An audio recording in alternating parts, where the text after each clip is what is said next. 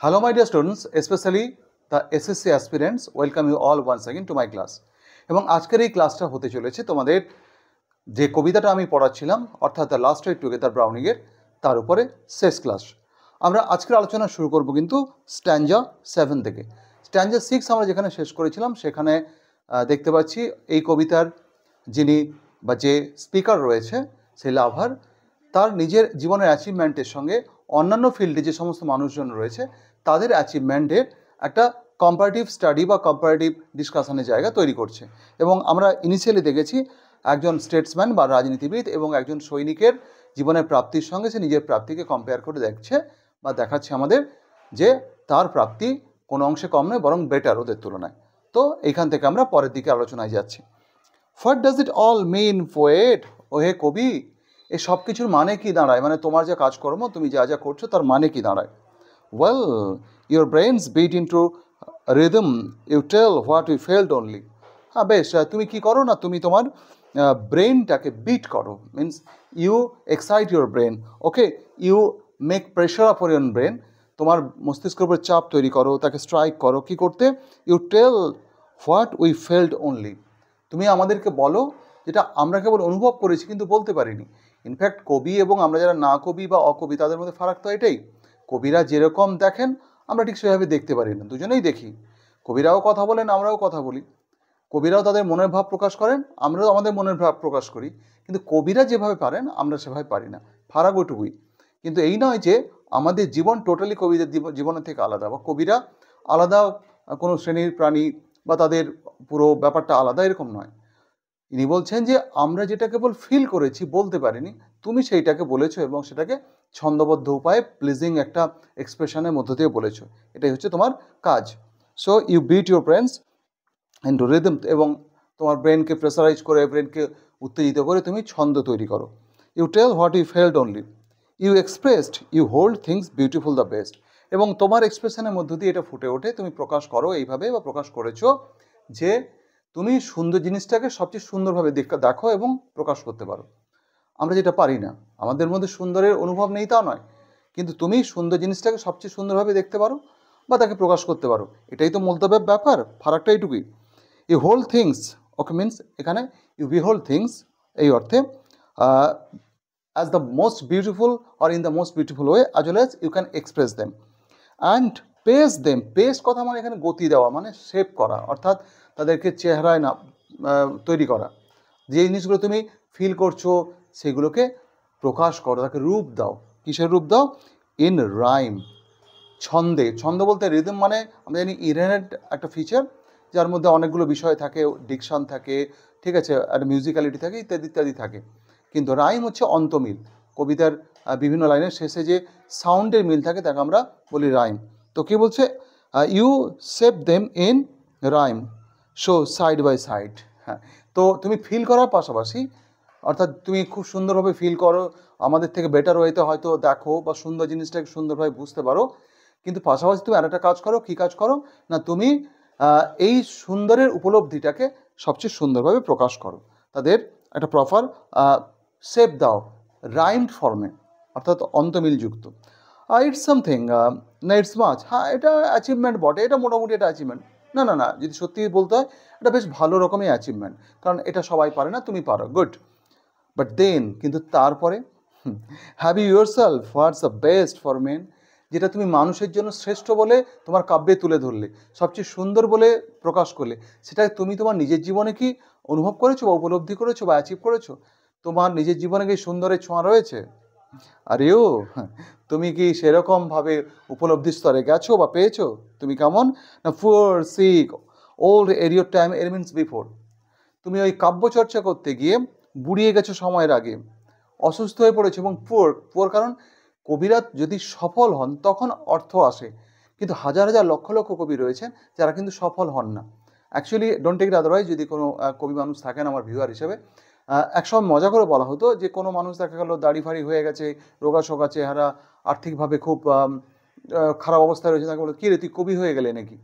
মানে বিষয়টা ছিল এরকমভাবে, যদি এটা ঠাট্টা করে বলা হতো, ঠাট্টা আমি কিন্তু করছি না, don't take it otherwise please, যে কবিরা জেনারেলি কাব্যচর্চা করতে গিয়ে আর্থিকভাবে খুব পুয়ার কন্ডিশনে চলে যান।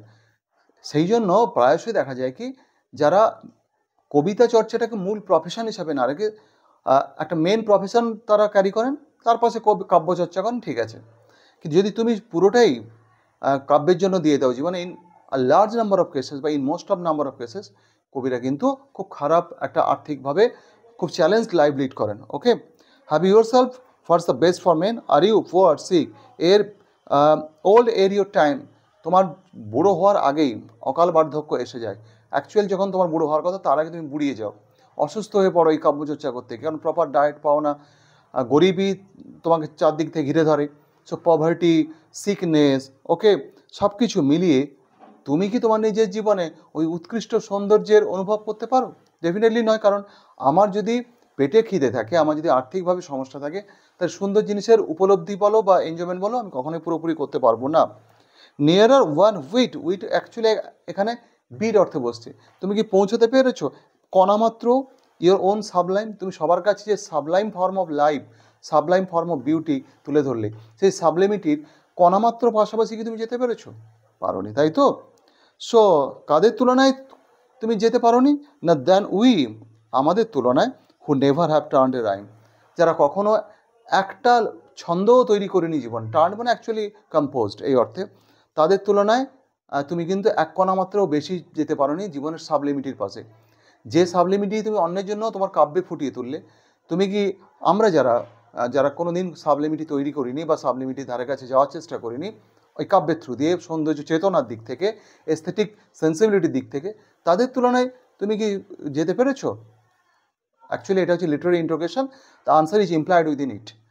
লিটারারি অ্যাকচুয়াল ফিগার, উত্তরটা নেগেটিভ সেন্সে ইমপ্লাই করা রয়েছে। Then who we never have turned a rhyme, sing ridings are জয়।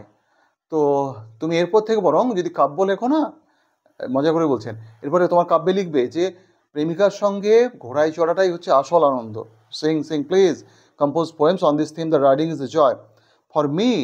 আর আমার ক্ষেত্রেই ধরো, if you take the case of me, I write, okay, that is the matter. So my riding is a joyful experience.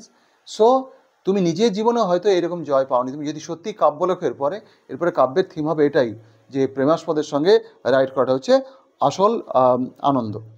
Next, and কোথায় গেল, and for me, মানে actually আমার ক্ষেত্রে, অন্য কারোর ক্ষেত্রে আমি বলতে পারবো না, আমি আমার ক্ষেত্রে বিচার করছি। অ্যান্ড ইউ গ্রেট স্কাল্পচার, আর তুমি হে ভাস্কর, মহান ভাস্কর, যে কিনা কাঠ, পাথর ইত্যাদি কুঁদে কুঁদে বিভিন্ন মূর্তি বানাও, তোমার ব্যাপারটা কি, তোমাকে এবার ধরা যাক। And you great sculpture, so you gave a score of years, তুমি তোমার জীবনে বছর 20 বছর দিয়ে দিলে টু দ্য কোথায় প্র্যাকটিস অফ আর্ট, শিল্পের চর্চায় দিয়ে দিলে। ওকে, হার স্লেভ, নিজেকে তার কৃতদাস বানিয়ে ফেললে। You have slaved all your years of youth, and that's your Venus. এবং সেই 20 বছর খেটে খুঁটে, হয়তো মানে অ্যাকচুয়ালি 20 একটা সংখ্যা, মানে একটা বড় লম্বা সময়, লং টাইম, ইয়ার্স, বেশ কয়েক বছর তুমি দিয়ে দিয়েছো শিল্পের চর্চায়, আর তার মধ্যে দিয়ে বানিয়েছো কি, ওই যে তোমার ভেনাসের মূর্তি। হয়তো তুমি দারুণ একটা ভেনাসের মূর্তি, ভেনাস গডেস অফ লাভ, ওকে, তো প্রেমের দেবীর মূর্তি বানিয়েছো, very good, beauty and love. Friends, যেখান থেকে কিন্তু আমরা চোখ ফিরিয়ে নিই, উই টার্ন, আমরা ঘুরে যাই টু ইয়ন্ডার গার্ল, ওই যে অদূরে মেয়েটি যে fords the burn, crosses the brook, ছোট্ট নদীটা পেরিয়েছে। বার্ন মানে অ্যাকচুয়ালি রিভিউলেট, অ্যাকচুয়ালি ছোটো নদী, তিত্তির করে জল বয়ে যাচ্ছে, সেটা পেরোনোর সময় খুব স্বাভাবিক মেয়েটি তার পোশাকটা একটু তুলে ধরবে হাঁটুর কাছাকাছি। এই যে real life flash and beauty যেটা রয়েছে, ফ্লেশ অ্যান্ড ব্লাডের যে বিউটি, সেই যে শারীরিক সৌন্দর্য, সেদিকে কিন্তু আমাদের চোখ অনেক বেশি করে আকৃষ্ট হয়।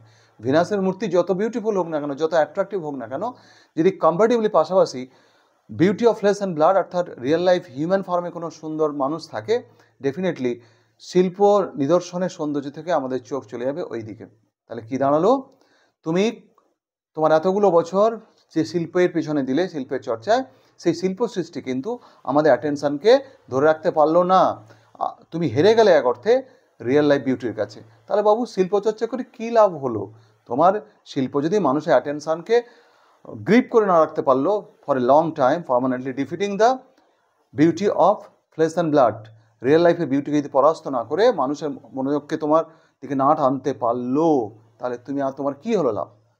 ওকে, তো ইয়ন্ডার গেল, ওই যে অদূরে মেয়েটি যে পেরিয়ে যাচ্ছে নদীটি, ঠিক আছে। ইউ অ্যাকুয়েস, অ্যাকুসেক মানে কি, তুমি মেনে নিচ্ছ, ওকে।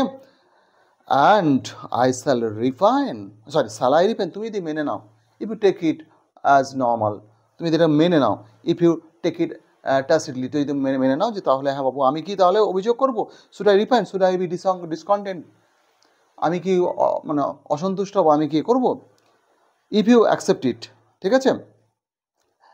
অ্যাকুসিস মানে হচ্ছে মেনে নেওয়া। হোয়াট ম্যান অফ মিউজিক, হ্যাঁ সুরকার তোমার খবর কি, ইউ গ্রোন গ্রে, তুমি বুড়িয়ে গেছো, ঠিক আছে, বুড়ো হয়ে গেছো, with notes and nothing else to say, সারা জীবন মিউজিক্যাল কম্পোজ, সারে গামা পাধা নিসা, সানি ধাপা মাগা রেসা, ABCD EFG উল্টো দিক থেকে আমি যদি কাউন্ট করি এগুলো। তো এক্স্যাক্টলি এই সমস্ত মিউজিক্যাল নোটেশনের পারমুটেশন কম্বিনেশন, এই কম্বিনেশন এগুলো নিয়ে ঘাঁটতে ঘাঁটতে তুমি বুড়িয়ে গেছো, okay. You have grown grey with notes and nothing else to say, তোমার জীবনে আর কিছু বলার মতো নেই, তুমি শুধু মিউজিক নিয়েই পড়ে আসছো সারা জীবন। Is this your soul praise from a friend, এবং তোমার সেই কাজের ব্যাপারে তোমার বন্ধু প্রশংসা করছে, আবার তোমার সমালোচক নয়, তোমার বন্ধুস্থানীয় কোনো মানুষ তার প্রশংসাটা শোনো, এটাই কি তাহলে সর্বোচ্চ প্রশংসা, বা এটাই কি একমাত্র প্রাপ্তি বলে ধরে নেবো? Is this your soul praise from a friend, soul মানে একমাত্র।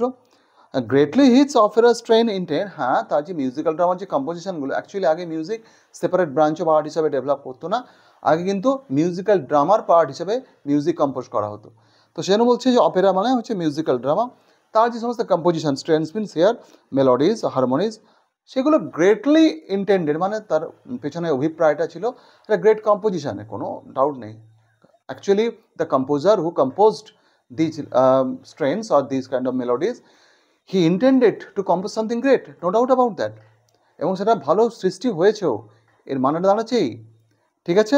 But in music we know how fashion set, কিন্তু আমরা তো জানি মিউজিকের ক্ষেত্রে কীভাবে ফ্যাশন, মানুষের রুচি বদলে যায়। আজকে দেখা যাবে যে ধুম মাচালে গান হয়তো খুব পপুলার ছিল, আজকে গতকাল আজকে কেউ শোনেই না, বা কোনো কোনো গান হয়তো এভারলাস্টিং হয়ে যায়, সেটা আলাদা বিষয়, কিন্তু বেশিরভাগ ক্ষেত্রে মিউজিকের ক্ষেত্রে মানুষের টেস্ট বদলে যায়, ফলে যে গানটা আজকে খুব পপুলার কদিন পর সেই গানটা হয়তো শোনাই যায় না। তাহলে যে মানুষটা বছরের পর বছর খেটে মিউজিক তৈরি করলো, তার প্রাপ্তি কী হলো? But in music we know how fashion sent, I gave my youth, আমিও আমার যৌবনের সময়টা দিয়েছিলাম, ঠিক আছে, কিসের জন্য? আমার প্রেমিকার প্রতি, টু মাই বিলাভেড। আর আমার প্রাপ্তি কি? And here as a result we are riding in fine, okay. তো in fine means in short, সংক্ষেপে বলতে গেলে আমার তো প্রাপ্তি এই যে আমি আমার প্রেমিকার সঙ্গে দারুণ একটা প্লেজারেবল টাইম কাটাচ্ছি। তাহলে তুমি বাপু যারা তোমার ইউথফুল যে ফেসটা সেটা তুমি দিলে মিউজিকের চর্চায়, প্রাপ্তি বলতে এই তোমার বন্ধুস্থানীয় মানুষ, সমালোচক তো ছেড়েই দিলাম, বন্ধুস্থানীয় যারা, তারাও বলছে হ্যাঁ ভালো হয়েছে মিউজিক, কিন্তু কতদিন আর টিকবে, মিউজিকের ফিল্ডে প্রায়শই মানুষের টেস্ট বদলে যায়, ফ্যাশন মিউজিক বদলে যায়। এরপরে কিন্তু জেনারেলাইজ করছে, who knows what is fit for us, কে বলতে পারে আমাদের জন্য কোনটা সঠিক, কোনটা বিফিটিং, কে বলতে পারবে যে এটাই তোমার জন্য একদম ঠিকঠাক রাস্তা, এটাই তোমার জন্য ঠিকঠাক জীবন, কেউ বলতে পারে না। Had fate proposed bliss here should sublimate, যদি নিয়তি বা ভাগ্য এইভাবে তার প্ল্যান থাকতো, প্রপোজ মানে এখানে প্ল্যান্ড, টু সাবলিমেট বাই বিইং, আমার আত্মাকে, আমার অস্তিত্বকে সাবলিমেট করা, এক্সাল্ট করা, একটা উন্নততর পর্যায়ে নিয়ে যাওয়া, যদি এরকম প্ল্যান করতো, ওকে। কীভাবে? থ্রু ব্লিস অফ সাকসেস, সাফল্যের সব ক্ষেত্রে যেটাই আমি হাত দেবো সেটাতেই আমি সাফল্য পাবো। তা ব্লিস কথা মানে কি? Access of pleasure, okay. Had Fred propose bliss, bliss of heart, bliss of success, and সেই সাফল্যের সুখ যদি আমার অস্তিত্বকে এখানে সাবলিমেট করবে সব ক্ষেত্রেই, এরকম যদি নিয়তির প্ল্যান থাকতো, had i sine that bond, আমি যদি নিয়তির সঙ্গে এরকম একটা বন্ড সাইন করতাম যে এখানে যা আমি কাজ করব সবই সফল হবো, এরকম যদি একটা বন্ড থাকতো, স্টিল ওয়ান মাস্ট লিড সাম লাইফ বিয়ন্ড, কিন্তু তাও এটা বলবো যে এর বাইরেও একটা জীবন থাকে, কারণ সব কিছু পেয়ে যাওয়ার পরে একটা অবসাদ গ্রাস করে মানুষ, তারপরে হবে এরপরে কি, ঠিক আছে। Have a bliss to die with dim describe, dim describe means not clearly seen or clearly understood, তাহলে আমি সেরকম একটা ব্লিজ নিয়ে কি মারা যেতাম যে ইনস্টেপ ঠিকঠাক বুঝে উঠতে পারিনি কি যে এটাই কি চূড়ান্ত আনন্দ, সব কিছুতে সফল হয়েছি, তার মানে এটাতেই কি জীবনের জাস্টিফিকেশান, এটা কে বলে দেবে আমাকে, নাকি এর বাইরেও কিছু থেকে গেল? তাহলে যা যা আমি কাজ করলাম জীবনে সব কিছুতে সফল হলাম, চূড়ান্ত সফল হলাম, তারপরেও একটা জীবন থেকে যাবে হয়তো এর বাইরে, যে জীবনটা আমাকে বলে দেবে হয়তো বা ডাক দেবে হয়তো যে এটাকে ছোঁয়া হলো না। তাহলে এরকম যদি হতো যে এই পার্থিব জীবনে সব কিছু আমি যা কিছু করলাম সব কিছুতে আমি সফল হলাম, তাহলে সব কিছুতে আমি সাফল্যের ব্লিস পেলাম। আমার আত্মা বা আমার মনের অবস্থা বেশ এক্সাল্টেড হলো, তাহলে মরার সময় কি আমি শান্তিতে মরতে পারতাম, নাকি মরার সময় একটা ডিমলি পারসিভড একটা কনসেপ্ট নিয়ে মরতাম যে এর বাইরেও মনে কিছু থেকে গেল। Okay, this foot once planted on the goal, এই পা যদি একদম টার্গেটে সবসময় পৌঁছেই থাকতো, মানে stepping the foot on the goal মানে কি, আমরা সাফল্যের যে বাউন্ডারি লাইন বা ফিনিশিং পয়েন্ট সেখানে যদি সবসময় পা পৌঁছতো এরকম বা পৌঁছবে এরকম প্ল্যান যদি ভাগ্যদেবী করে রাখতো। This foot once planted on the goal, the glory girl and round my soul, আর সফল মানুষদের সবাই বরণ করে নেয়, বিজয়মালা দিয়ে তাকে অ্যাপ্রিসিয়েট করে, কনগ্রাচুলেট করে, সেটা দিয়ে সব ক্ষেত্রে আমি পেতাম, সব ক্ষেত্রে সাফল্য পেতাম, সবাই আমাকে অ্যাপ্রিসিয়েট করতো। Okay, could I describe such, describe মানে লুক ফরওয়ার্ড, তাহলে কি আমি এইভাবে সামনের দিকে আরও তাকাতাম? অ্যাকচুয়ালি তাহলে প্লেজার কোথায় রয়েছে, পুরোপুরি সফল হওয়াতে না সাফল্যের চেষ্টায়? ডেফিনেটলি পুজো আসছে আসছে আসছে এই ব্যাপারটা অনেক বেশি আনন্দে, পুজো এসে গেলে কিন্তু আমার ধ্যান ধারণা অত বেশি আনন্দ হয় না, কোনো কিছু না অপেক্ষা করা, সব কিছু পৃথিবীতে পেয়ে যাওয়া ঠিক নয়, ঠিক আছে? কোনো কিছুতে পুরোপুরি পেয়ে গেলে তারপরে অবসাদ আসে, complete satisfaction leads to satiety, এবং সেই স্যাটাইটি মারাত্মক জিনিস। তাহলে কুড আই ডিসক্রাইব সাচ, তাহলে আমার জীবনে কিছু পেয়েছি আমি, প্রেমিকার সাহায্য, কিছু পেলাম না, এই পেয়েছি আর পেলাম নাটাই হচ্ছে জীবনের আসল আনন্দ, এর মধ্যে রয়েছে, পাওয়ার চেষ্টার মধ্যে আনন্দ রয়েছে। ট্রাই অ্যান্ড টেস্ট, আমি কি চেষ্টা করতাম এভাবে, আমি কি টেস্ট করা মানে অ্যাকচুয়ালি মেক সাম ভেঞ্চার, আমি কি আরও সামনে যাওয়ার একবার চেষ্টা করতাম। I sing back shuddering from the quest, সেক্ষেত্রে হতে কি সব কিছুতে আমি পেয়ে যেতাম, তাহলে আমি সার্ডারিং করতাম, জাস্ট কেঁপে টেপে না যাবো না আর সামনে, তোর অনেক কিছু পাওয়া হয়ে গেছে, এবং যখনই তুমি থেমে যাবে জীবনে তখন তোমার জীবনের মিনিং তোমার কাছে হারাতে শুরু করবে। ওয়ান্স ইউ স্টপ কোয়েস্টিং, ঠিক আছে, তুমি যখনই পাওয়ার চেষ্টা করা থেকে বিরত হয়ে যাবে তোমার জীবন মিনিংলেস তোমার কাছে মনে হবে, পানসে মনে হবে। তা আমি তখন সিং ব্যাক, আমি পিছিয়ে যেতাম, সার্ডারিং, হয়তো কাঁপতে কাঁপতে একটা দেহ মোচড়াতে মোচড়াতে ফ্রম দ্য কোয়েস্ট, অনুসন্ধান থেকে, পাওয়ার চেষ্টা থেকে বিরত হয়ে যেতাম। আর্থ বিং সো গুড, পৃথিবী যদি এত ভালো হতো তাহলে স্বর্গকে আমরা আর খুঁজতাম, উড হেভেন সিম বেস্ট, পৃথিবীটাই যদি স্বর্গের মতো হয়, স্বর্গ মানে কি আমরা জানি সেখানে কোনো দুঃখ নেই, ঠিক আছে, কোনো ব্যর্থতা নেই, সব কিছু ভালো, সব কিছু সব পেয়েছি দেশ, তাহলে পৃথিবীটাই যদি স্বর্গের মতো হতো কন্টিনিউয়াস সাফল্যে, তাহলে স্বর্গ কি আর আমাদের কাছে বেস্ট বলে মনে হতো? তাহলে সব কিছু পেয়ে গেলে আর পরবর্তী পাওয়ার কোনো আকাঙ্ক্ষা থাকতো না, সেটা খুব খারাপ হতো। এই যে কিছুটা পেলাম কিছুটা পেলাম না, এটাতেই বরং জীবনের একটা মিনিং থাকলো। Now heaven and she are beyond this ride, তবে হ্যাঁ এখন আমি কোনোটা নিয়েই ভাবছি না, না হেভেন নিয়ে, হেভেনলি প্লেজার নিয়ে, না তাকে নিয়ে খুব বেশি, অদ্ভুত কথা, প্রেমিকাকে নিয়েও ভাবছি না। এইখানে একটা অদ্ভুত ট্রানজিশন রয়েছে, transition from the earthly to the extra terrestrial, একদম ফিলোসফি লেভেলে চলে গেছেন কবি। বলছে এখানে ব্যক্তি আমার প্রেমিকাও এখানে বড় কথা নয়, এখন তাকে নিয়েও খুব ভাবছি না, এই মোমেন্টটাকে নিয়ে ভাবছি। I have been lost in this pleasurable moment, এখানে ব্যক্তির থেকেও ব্যক্তির সাহচর্যটা যে আমাকে আনন্দ দিচ্ছে, সেই আনন্দ প্রাপ্তিটা আমার কাছে বড় হয়ে দাঁড়িয়েছে। সো এই মুহূর্তে কোনোটাই আমি আর ভাবছি না খুব একটা বেশি। And yet she has not spoke so long, এতক্ষণ কেটে গেলো তা সত্ত্বেও সে তো একটাও কথা বললো না, তাহলে পুরো ভাবনাটা কিন্তু এর একতরফা, ঠিক আছে? তার বিলাভেড কী ভাবছে, সে কি ওয়েট করছে যে কখন বাবা জার্নিটা শেষ হবে আমি বাড়ি চলে যাব? হতে পারে, নাও হতে পারে, অ্যাকচুয়ালি আমরা স্পেকুলেট করলে স্পেকুলেশন যে ঠিক হবে এমন কোনো কথা নেই। তাহলে কী বলছে, তা সত্ত্বেও মানে এতটা সময় কেটে যাওয়া সত্ত্বেও সে তো কোনো কথা বললো না। What if heaven be that fair and strong, আচ্ছা কী যায় আছে বলো তো, does it matter at all, যদি স্বর্গ এরকম কোনো একটা ব্যাপার হয় যেটা খুব সুন্দর, fair, beautiful and strong, strong মানে actually very much energetic, full of life, where death is unknown, এই অর্থে খুব দারুণ সুন্দর একটা এনজয়েবল জায়গায় যদি স্বর্গ হয়, আর লাইফস বেস্ট, জীবন সবচেয়ে ভালোভাবে কাটালে, ফেয়ার ওয়েতে কাটালে নাকি মানুষ স্বর্গে যায়, পাপ না করলে পুণ্যের রাস্তায় থাকলে মানুষ স্বর্গে যায়। আচ্ছা তাই যদি হয়, ধরেও নিয়ে যদি স্বর্গ এরকম দারুণ একটা জায়গা যেখানে মানুষ জীবনটা সুন্দরভাবে কাটানোর পরে পৌঁছতে পারে, তাতে কী যায় আসে?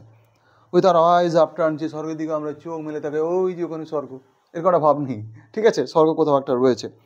With our life's flower is first design, যেখানে নাকি জীবনের প্রথম ফুল দেখা গেছিলো, জীবনের সৃষ্টি ওখানে হয়েছিল, সব কিছুই ধরেও নিয়ে যায় স্বর্গ ভালো জায়গা, যেখানে জীবনের সৃষ্টি, ওখানে দুঃখ অজানা, সব কিছু ভালো ভালো, সব কিছু ফাইন, কী যায় আসে? উই ফিক্স, সো আমরা এখানে তো fixed by means we are limited by place and time, আমরা এখানে না মরা পর্যন্ত আমরা এখান থেকে বেরোতে পারবো না, তাহলে যতক্ষণ এখানে বেঁচে আছে সেখানে স্বর্গ ভেবে লাভ কিছু আছে?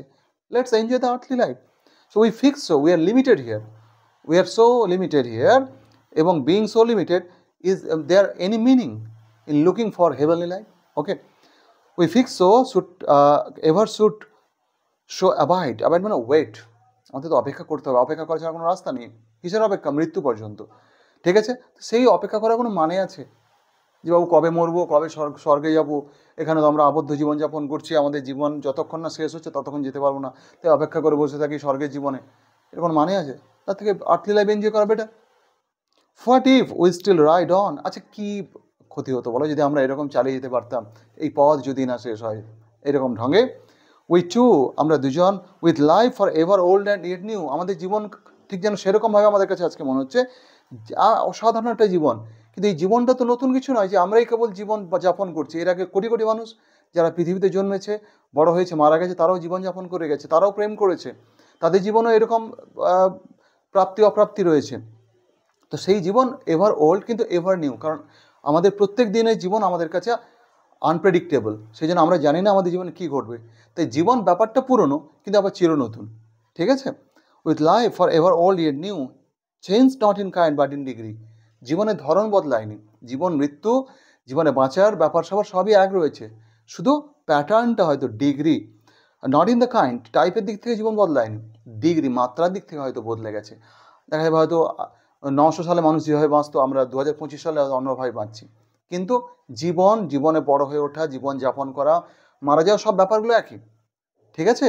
জীবন বদলায়নি তার নেচারের দিক থেকে, ওয়েজ অফ লিভিং বদলেছে। ওকে, দ্য ইনস্ট্যান্ট মেড ইটার্নিটি, সে এই মুহূর্তটা যদি অনন্ত হয়ে যেত, ইটার্নাল একটা ব্যাপার হয়ে যেত, তাহলে কী ক্ষতি হতো? So it is the wistful longing, romantic কবিদের যে চূড়ান্ত একটা ফিচার আমরা দেখেছি এর আগের কবিতাগুলোতে, কিডসের বা শেলির ক্ষেত্রে উইস্টফুল লঙ্গিং, সেটা ব্রাউনিংয়ের মধ্যেও রয়েছে। সো এই মুহূর্তে যদি ইনস্ট্যান্টটা যদি ইটার্নাল হয়ে যেত, কী ক্ষতি হতো? ভালো হতো না? এবং হেভেন জাস্ট প্রুভ দ্যাট, এবং যদি হেভেন মানে এখানে দৈব অথরিটি, গড বা গডলি অথরিটি যদি এটা প্রুভ করতেন, মানে এটা যদি আমাদের জন্য অ্যালার্ট করতেন যে আমি এবং সে, আই অ্যান্ড সি, ঠিক আছে? অ্যাকচুয়ালি এখানে খেয়াল করে দেখো গ্রামাটিক্যাল মিস্টেক রয়েছে, 231 রুলও আসা উচিত, সি অ্যান্ড আই হওয়া উচিত ছিল। তো এই গ্রামাটিক্যাল মিস্টেকটাকে আমরা এখানে বড় করে দেখবো না, it is the wise mistake. Okay, আর্শ প্রয়োগ, যারা মহান মানুষেরা গ্রামাটিক্যাল ভুল করেন সেগুলোকে ভুল বলে আমরা ধরি না। And heaven just prove that I and see right together forever right, আমরা চিরদিন যদি এরকম ঘোড়ায় চড়ে চলতে থাকতাম, এই পথ যদি না শেষ হয় তবে কেমন হতো তুমি বলো তো? একদম সেম টু সেম একটা স্ট্রেন নিয়ে এখানে কবিতাটা শেষ হচ্ছে, তাহলে কি কেমন হতো বলো? সত্যিই তো দারুণ হতো কি? কেউ জানে না। অ্যাকচুয়ালি লাইফ যেরকম আনপ্রেডিক্টেবল, এরকম হলে কেমন হতো সেটাও কেউ জানে না, আমরা জাস্ট এক্সপেক্ট করতে পারি এটা দারুণ হতো। সত্যি দারুণ হতো কি না সেটা কিন্তু সময় বলতে পারবে। তো যেহেতু লাইফ আনপ্রেডিক্টেবল, আমরা জানি না ভবিষ্যতে কী ঘটবে, কোনটা ঠিক কোনটা ভুল কে ঠিক করে দেয় আমাদের জীবনে, আমরা কেউ জানি না। So let's enjoy the present moment. অতীত নিয়ে খুব একটা ভেবে লাভ নেই, ভবিষ্যতে কী হতে পারতো সেটা নিয়ে ভেবে লাভ নেই, বর্তমানটাকে ঠিকঠাক ইউটিলাইজ করা যায়। এবং বিলাভেডকে নিয়ে এই যে রাইট করছে লাভার, সে বলছে এটাই আমার পক্ষে এই মুহূর্তের সর্বোচ্চ আনন্দ, so I want to enjoy it. So exactly কবিতাটা আশা করি তোমাদের কাছে ঠিকঠাক বোঝা গেছে। ইটস এক্সেলেন্ট একটা লিটারারি পিস, যেখানে রোম্যান্টিসিজম, নেচারের ট্রিটমেন্ট, ফিলসফি সব কিছু মিলেমিশে অসাধারণ একটা লিটারারি এক্সপিরিয়েন্স আমাদের হয় আর কি। তো যাই হোক, কবিতাটা আমি চেষ্টা করেছি যতটা সম্ভব ডিটেলসে আলোচনা করে দেওয়ার। যদি তোমাদের কারোর উপকারে লাগে, that would be a great pleasure for me. So no more today, meet you in the next class, or better to say next classes. Stay well, stay connected. Thank you all.